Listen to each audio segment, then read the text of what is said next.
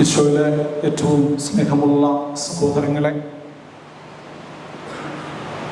ഇന്ന് ഈ പെസഹ വ്യാഴാഴ്ച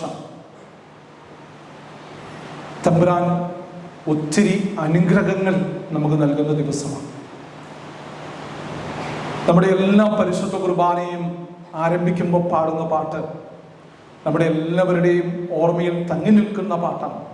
അന്നാം പെസഹ തിരുനാളിൽ കർത്താവ് അരുളിയ കൽപ്പന പോൽ എന്ന് തുടങ്ങുന്ന ആ പാട്ട്. ആ പാട്ടിൻ്റെ ആരംഭം നമുക്കറിയാം. പെസഹ എന്ന വാക്കിൻ്റെ അർത്ഥം തന്നെ ഓർമ്മ എന്നാണ്. ആ പെസഹ തിരുനാളിൻ്റെ ഓർമ്മകൾ, ആദ്യകാല പെസഹ തിരുനാളിൻ്റെ ഓർമ്മകളൊക്കെ നമുക്ക് പറഞ്ഞു തരുന്ന തിരുവചനങ്ങളാണ് പുറപ്പാടിന്റെ പുസ്തകം 12-ാം അധ്യായം 1 മുതൽ ആദ്യം വായിച്ചു കഴിഞ്ഞു. ഇന്ന് ഈ 2024 വീണ്ടും നമ്മൾ പെസഹ ആചരിക്കുന്ന ഈ അവസരത്തിൽ ഞാൻ സൂചിപ്പിച്ചല്ലോ, ഒത്തിരി അനുഗ്രഹങ്ങൾ തമ്പുരാൻ നമുക്ക് തരുന്നുണ്ട്.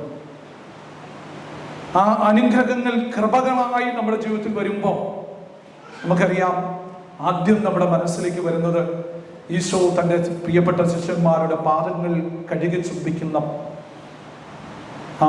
കാലുകഴുകൽ ശുശ്രൂഷയും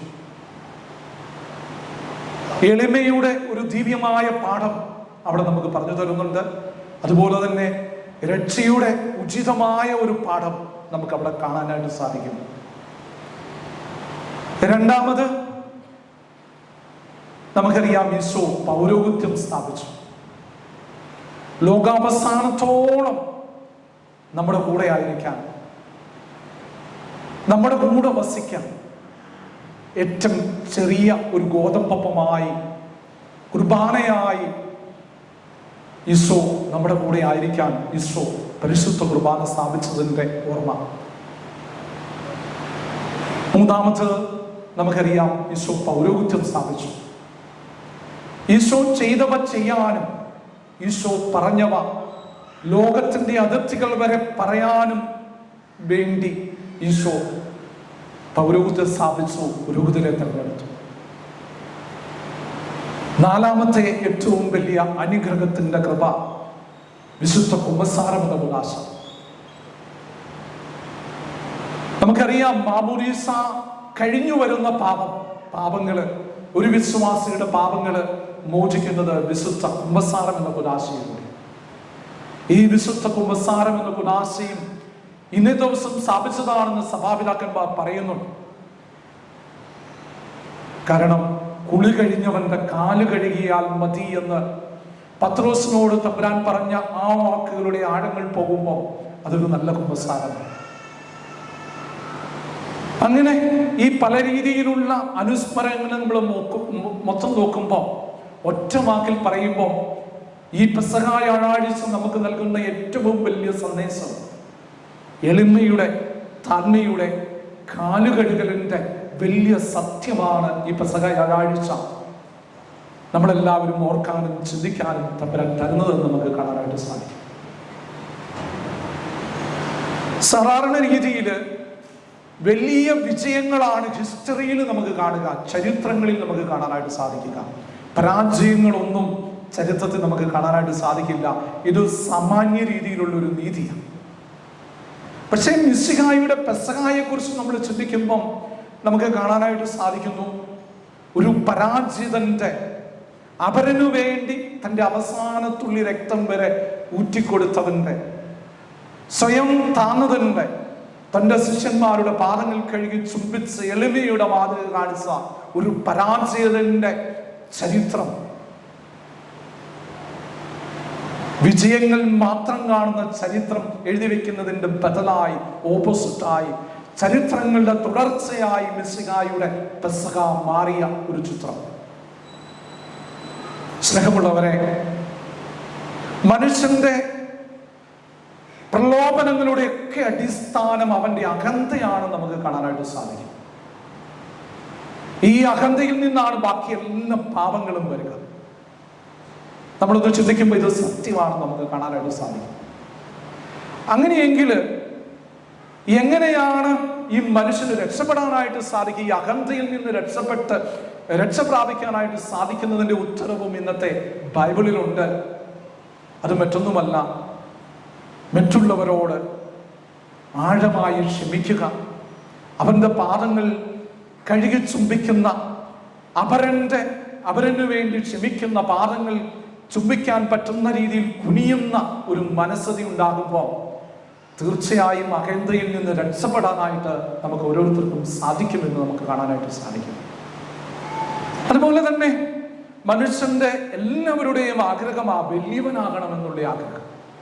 ആരും ചെറിയവനാകണമെന്ന് ആഗ്രഹിക്കുന്നവരാരും തന്നെ. നമുക്കറിയാം നമ്മുടെ ഫോർമേഷനൊക്കെ അതാ.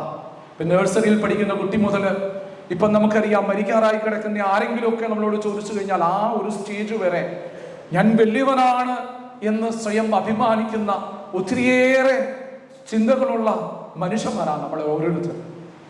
നമുക്കറിയാം പെസഹ ബുധനാഴ്ച നമ്മൾ വായിച്ചു കേട്ട ഈശോയുടെ ആ തിരുവചനങ്ങൾ നമ്മുടെ മനസ്സിലേക്ക് ഒന്ന് കൂട്ടിക്കൊണ്ട് വരികയാണെങ്കിൽ അതിൻ്റെ ആഴങ്ങൾ നമുക്ക് കാണാനായിട്ട് സാധിക്കും.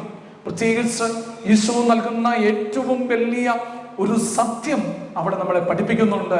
നമ്മളെ എങ്ങനെ നമ്മുടെ ജീവിതത്തെ നമ്മൾ പാകപ്പെടുത്തി എടുക്കണം.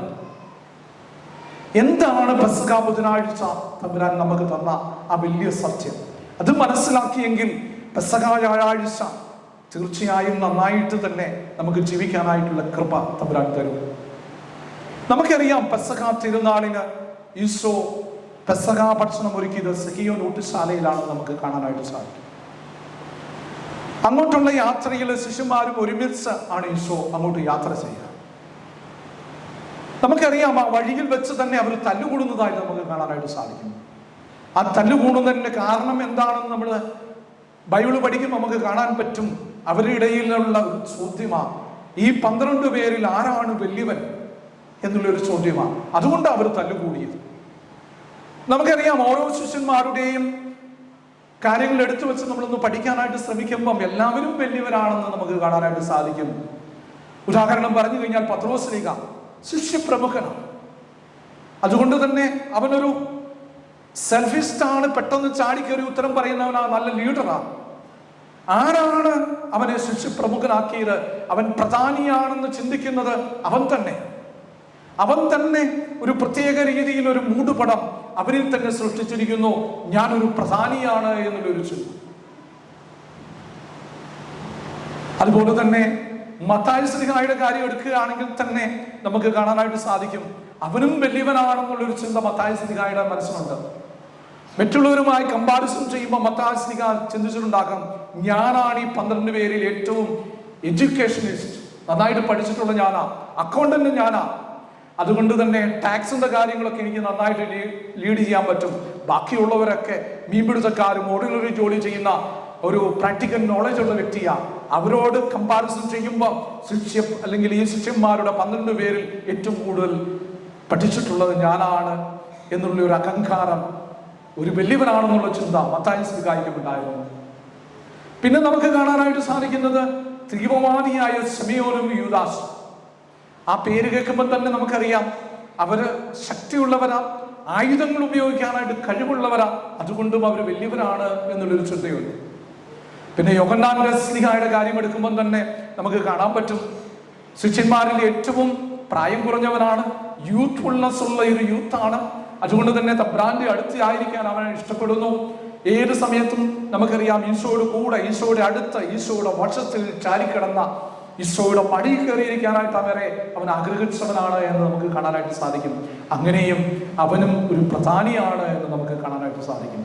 ഇങ്ങനെ ഓരോ ശിഷ്യന്മാരെ എടുത്തു വെച്ച് നമ്മൾ ചിന്തിക്കുമ്പം തങ്ങളിൽ ഞാനാണ് വലിയവൻ എന്നുള്ളൊരു ചിന്ത ഇപ്പം നമുക്കുള്ളതുപോലെ അവരുടെ മനസ്സിലും ഉണ്ടായിരുന്നു എന്നുള്ളൊരു ചിന്തയാണ്.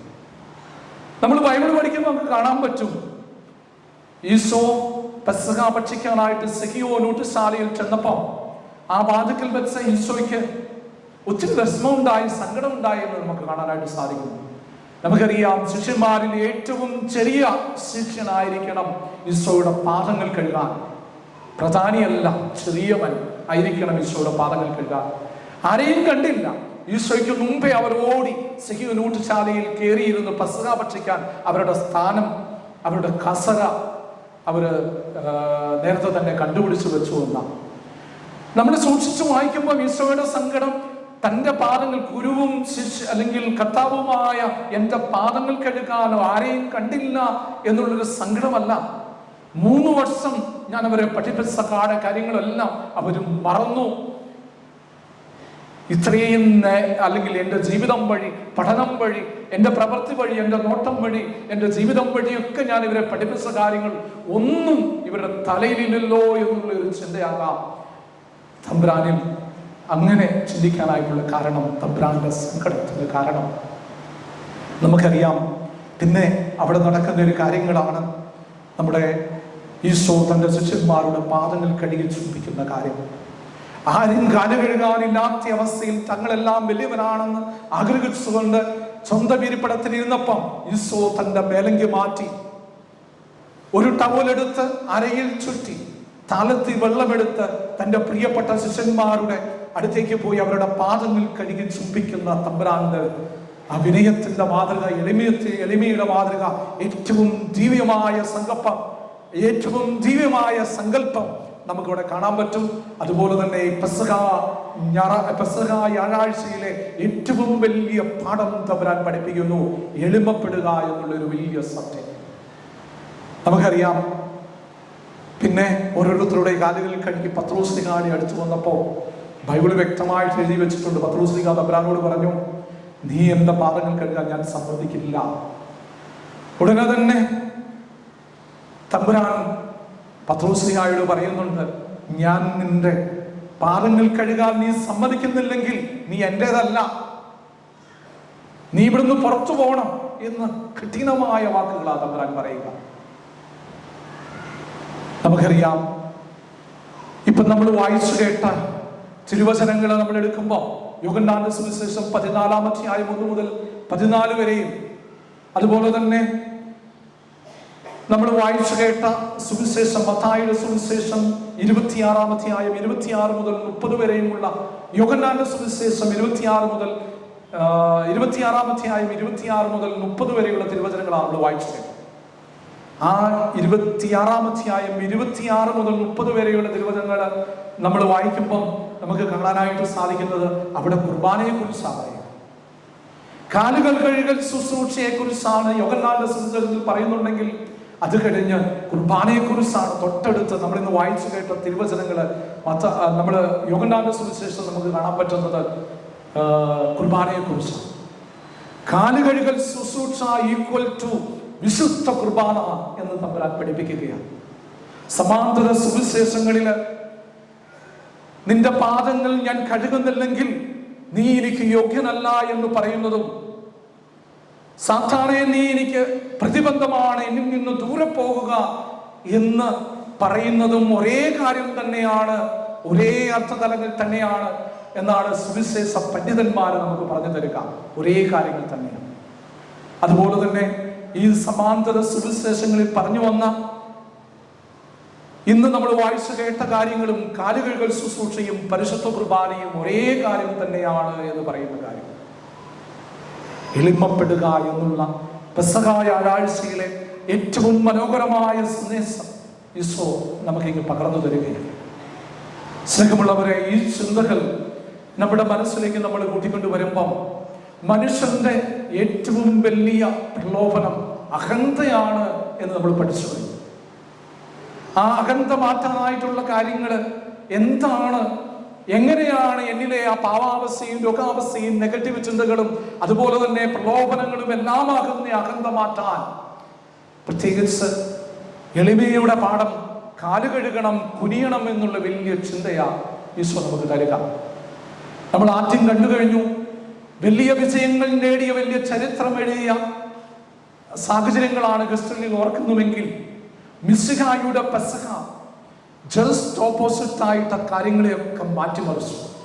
മിശിഹായുടെ പെസഹ നമ്മൾ മനസ്സിലാക്കി, അർഹതപ്പെട്ടവന്, പരാജയതന്, ആവശ്യമുള്ളവന് താങ്ങായി തണലായി അവന്റെ പാദത്തിൽ വന്ന് കുമ്പിട്ട് കാലുകഴുകുന്നതാണ് യഥാർത്ഥ വിജയമെന്ന് തമ്പുരാൻ നമ്മൾ പഠിപ്പിച്ച മിശിഹായുടെ പെസഹ. സ്നേഹമുള്ളവരെ, ആ മിശിഹായുടെ പെസഹായുടെ ആ ആന്തരികാർത്ഥം നമ്മൾ മനസ്സിലാക്കുമ്പോൾ തീർച്ചയായും നമുക്കോരോരുത്തർക്കും മാറ്റം വരും. നമ്മളും ചരിത്രത്തിൽ വിജയം വരിച്ച അല്ലെങ്കിൽ ചരിത്രം എഴുതിയ ഈശോയോട് ചേർന്ന് നമ്മുടെ ജീവിതവും മാറുമെന്നുള്ള കാര്യമാണ്. എൻ്റെ ജീവിതവും മാറും, നമ്മുടെ ഓരോരുത്തരുടെയും ജീവിതം മാറും, നമ്മുടെ കുടുംബത്തിന്റെ ചരിത്രം മാറും, നമ്മുടെ സമൂഹത്തിന്റെ ചരിത്രം മാറും, നമ്മുടെ പള്ളിയുടെ ചരിത്രം മാറും, നമ്മളായിരിക്കുന്ന കമ്മ്യൂണിറ്റിയുടെ ചരിത്രം മാറും. സ്നേഹമുള്ളവരെ, സ്വർഗത്തിലേക്കുള്ള ആ യാത്രയാണ്, യാത്രയിലാണ് നമ്മൾ. ഈ യാത്രയിൽ ഈ കാലുകഴുകൽ ശുശ്രൂഷയുടെ പ്രാധാന്യം ഈശോയും നമുക്ക് മനസ്സിലാക്കി തന്നു കഴിയുമ്പോൾ, അതിൻ്റെ ആഴങ്ങളിലേക്ക് നമ്മൾ പോകുമ്പോൾ പരിശുദ്ധ കുർബാന കാലുകഴുകൽ ശുശ്രൂഷ ഒന്നാണെന്ന് നമ്മൾ മനസ്സിലാക്കുമ്പോൾ, ഏറ്റവും ചെറുതായി ഒരു ഗോതമ്പമായി ഈ ഫാനിന്റെ അടുത്തെങ്ങാനും വെച്ച് കഴിഞ്ഞാൽ പറന്നു പോകുന്ന ഒരു വെറും ഗോതമ്പമായി എന്നും നമ്മുടെ കൂടെ ആയിരിക്കാൻ, എന്നും നമ്മോട് കൂടെ വസിക്കാൻ വേണ്ടി വിശുദ്ധ കുർബാനയായ പൊന്നുതമ്പുരാൻ സമാധാനമായി, ശാന്തിയായി, പരിശുദ്ധാത്മാവിനുള്ള ജീവിത വിശുദ്ധിയായി നമ്മുടെ ജീവിതത്തിലേക്ക് മാറുന്നു. നമുക്കറിയാം, പരിശുദ്ധാത്മാവിലുള്ള ജീവിതം എന്ന് പറയുമ്പോൾ അത് ശുശ്രൂഷയുടെ ജീവിതമാണ്. ആ ശുശ്രൂഷയുടെ ജീവിതമാണ് ലോകം മുഴുവൻ ഈശോയ്ക്ക് വേണ്ടി ജീവിതം മുഴുവൻ ഒഴിഞ്ഞുവെച്ച് നമ്മുടെ അച്ഛന്മാരെ നമുക്ക് കാണാനായിട്ട് സാധിക്കുന്നു. പൗരോഹിത്യം ഈശോ സ്ഥാപിച്ചു, അച്ഛന്മാരെ തിരഞ്ഞെടുത്തു. ഞാൻ പറഞ്ഞല്ലോ, ഇന്ന് അച്ഛന്മാർക്ക് വേണ്ടി പ്രത്യേകം പ്രാർത്ഥിക്കേണ്ട ദിവസങ്ങളാണ്. നമുക്കറിയാം, പല രീതിയിലുള്ള പ്രശ്നങ്ങളുണ്ട്, പല രീതിയിലുള്ള സാഹചര്യങ്ങളുണ്ട്, വെല്ലുവിളികളുണ്ട്. നമ്മളൊന്നും ആഗ്രഹിക്കുന്ന ഒരു അച്ഛനായിരിക്കുകയല്ല നമ്മൾ. ഒരുപക്ഷെ നമ്മളെ ഇഷ്ടപ്പെടുന്നവരും നമ്മുടെ വികാരിയച്ഛന്മാരും നമ്മുടെ കൊച്ചച്ഛന്മാരും നമ്മൾ അറിയപ്പെടുന്നവരും ഒക്കെ ഇന്ന് കേൾക്കുന്ന പല കഥകളും പലപ്പോഴും അവരെ വിമർശിക്കുന്നു, കുറ്റപ്പെടുത്തുന്നു ഉള്ള പല സാഹചര്യങ്ങളാണ്. അതുകൊണ്ട് തന്നെയാ ഈ പെസഹ ഞായറാഴ്ച ഒറ്റ ഇന്റൻഷൻ വെച്ച് നമ്മുടെ മനസ്സിൽ കരുതിയ, നമ്മുടെ ജീവിതത്തിൽ നമ്മൾ അനുഭവിച്ച, നമുക്ക് കുദാസുകൾ പകർന്നു തന്ന എല്ലാ അച്ഛന്മാരെയും ഒരു നിമിഷം ഓർത്ത് ഈ പെസഹ ഞായറാഴ്ച ഈശോ കുർബാന സ്ഥാപിച്ച ഇന്നേ ദിവസം തന്നെ അവർക്ക് വേണ്ടി നമ്മളൊന്ന് ആത്മാർത്ഥമായി മനസ്സിൽ കളങ്കമില്ലാതെ ഒന്ന് പ്രാർത്ഥിച്ചാൽ തീർച്ചയായും ഏതെങ്കിലും തരത്തിലൊരു അശുദ്ധി അല്ലെങ്കിൽ വിളിച്ച വിളിയോട് വിശ്വസ്തത പുലർത്താത്ത സാഹചര്യങ്ങളുണ്ടെങ്കിൽ, ഏതെങ്കിലും രീതിയിൽ പ്രലോഭനത്തിൽ ചെന്ന് ചാടിയിട്ടുണ്ടെങ്കിൽ, അഹന്ത എന്ന ഏറ്റവും വലിയ ജീവിതത്തെ തകർത്തുന്ന അഹങ്കാരം എന്ന് അവരുടെ ജീവിതത്തിൽ വന്നിട്ടുണ്ടെങ്കിൽ അതെല്ലാം തമ്പുരാൻ മാറ്റിത്തരും എന്ന് നമുക്ക് ഉറച്ചു വിശ്വസിക്കാം. ഈശോ ശിഷ്യന്മാരുടെ പാദങ്ങൾ കഴുകിയ അതേ അനുഭവം സ്വന്തമാക്കിക്കൊണ്ട് നമ്മുടെ യൂത്ത്ഫുൾനെസ് ആയിട്ടുള്ള നമ്മുടെ ഇടവകയിലെ യുവജനങ്ങളും ഇപ്പം ഫ്രഷ് ആയിട്ട് കല്യാണം കഴിച്ചിട്ടുള്ള യങ് കപ്പിൾസിന്റെ റെപ്രസെന്റേഷനുമായി ഇവിടെ ആയിരിക്കുക. ഈശോയുടെ അതേ മാതൃക പ്രത്യേകിച്ച് ഇന്ന് ഇവരുടെ പാദങ്ങൾ കഴുകി ചുംബിക്കുമ്പോൾ ഈശോ കാണിച്ച വലിയ മാതൃക, ഏറ്റവും വലിയവനായിരുന്നു തമ്പുരാൻ, ഏറ്റവും ചെറുതവനായി ശിഷ്യന്മാർ അവരുടെ കടമകൾ ചെയ്യാതെ സ്ഥാനത്തിനു വേണ്ടി, കസരയ്ക്ക് വേണ്ടി ഓടിയപ്പോ അതേ ജോലി തന്നെ തമ്പുരാൻ ഏറ്റെടുത്ത് ശിഷ്യന്മാരുടെ പാദങ്ങൾ കഴുകി ചുംബിച്ച് എളിമയുടെ വിനയത്തിന്റെ മാതൃക കാണിച്ച ആ വലിയ അനുഭവം ഇന്ന് ഈ പെസഹ ഞായറാഴ്ച നമ്മൾ ആവിഷ്കരിക്കുമ്പോൾ ഇന്ന് നമ്മുടെ പള്ളിയിൽ തീർച്ചയായും ഈ മക്കളെ സമർപ്പിക്കുമ്പോൾ എല്ലാ യങ് കപ്പിൾസിന്റെയും റെപ്രസെന്റേറ്റീവായി നമ്മുടെ മക്കള് ഇവിടെ വന്നിരിക്കുമ്പോൾ, യൂത്തിന്റെ റെപ്രസെന്റേഷനായി ഇവിടെ വന്നിരിക്കുമ്പോൾ നമ്മുടെ ഓരോരുത്തരുടെയും എല്ലാ കുഞ്ഞുങ്ങളെയും എല്ലാ യുവജനങ്ങളെയും ഈശോയെ അനുഗ്രഹിക്കണമേ എന്ന് പ്രത്യേകം നമുക്ക് പ്രാർത്ഥിക്കാം. ഇവരുടെ ലൈഫിൽ വന്നിരിക്കുന്ന ഏതെങ്കിലും രീതിയിലുള്ള ഫെയ്ത്തിന് ഏതെങ്കിലും രീതിയിലുള്ള നിവേശമുള്ള മേഖലകളൊക്കെ മാറ്റിക്കൊടുക്കാൻ എളിമയുടെ മാതൃക കാണിച്ച ആ പൊന്നുതമ്പുരാന്റെ മദർ വലിയ മഹത്വം ഇവരുടെ ജീവിതത്തിലുണ്ടാകാൻ നമുക്ക് ആത്മാർത്ഥമായിട്ട് പ്രാർത്ഥിക്കാം. പിതാവിന്റെയും പുത്രന്റെയും പരിശുദ്ധാത്മാവിന്റെയും നാമത്തിൽ ആമേൻ.